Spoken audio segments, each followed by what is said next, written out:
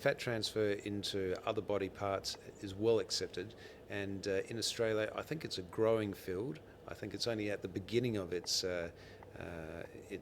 growth phase, and so I think you'll see over the next couple of years that it's going to expand tremendously. We have seen an increasing use of fat grafting and stem cells, and there's no doubt that with all the research that's going into stem cells and the opportunities that we are seeing in a whole range of illnesses, that the value and the ease of use of stem cells from fat is really starting to shine. Grafting is more now become a popular procedure especially in my country, Indonesia.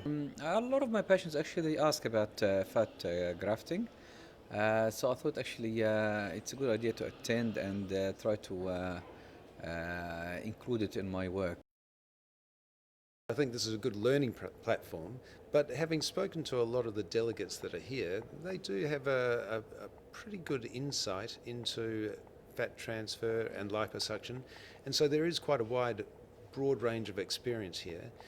I think that's also a reflection of how good the conference is, how good the speakers are, because these people that do have experience have come again to hear the elite speak. The importance of having a niche platform like this is that the people who are attracted to it have already got some pre-existing knowledge, so that we can move across the basic science fairly quickly and get on with the more advanced things that are changing more rapidly and are of more interest to the advanced people. The caliber of the speakers are actually quite outstanding. It's good to have a couple of international speakers of world standing, someone like Dr. Coleman and Dr. Rigotti. And to be honest, it's quite enlightening to see from someone who's had a lot of experience in what they're doing, where they are going with it, and also to know that they also have problems that we as new practitioners or less experienced practitioners go through. I work in a different part of the world, but it's important to have contacts here because different countries will have different techniques. So I've met a few people here where we've got, they've got something to share. Yeah, I bought already some. I bought the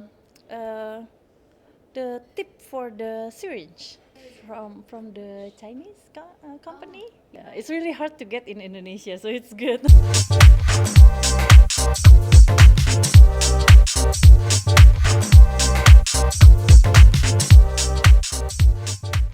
Yes, it's been effective. We've not only sold stuff off the stand, but with this sort of business, you always, along the line, you sell more stuff. They're mainly interested in the tulip cannulas because that was spoken. Dr. Zachariah spoke about tulip, and also Dr. Sydney Coleman mentioned them as well. Although there's Coleman star cannulas as well that were sold, and then Dr. Ajaka spoke about the Shippet canisters. So those are sold well.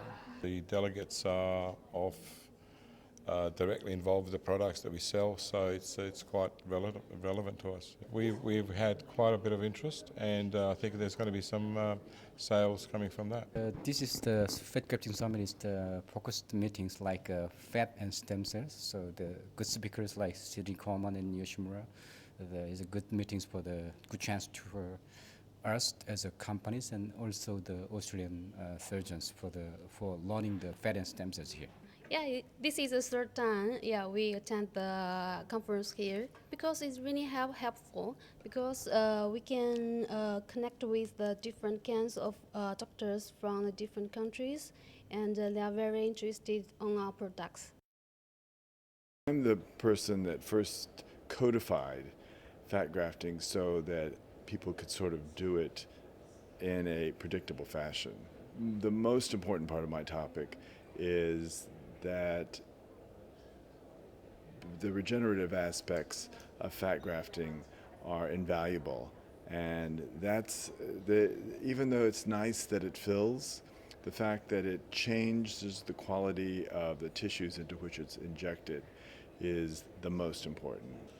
Something important new is in my research because for the first time, just a couple of months ago, we were able to demonstrate with scientific work the rejuvenation of the tissue after fat injection, because before it it was just, I mean, it was a real thing because looking, for instance, the skin of an adult, aged woman, before and after fat, you see that skin is improving.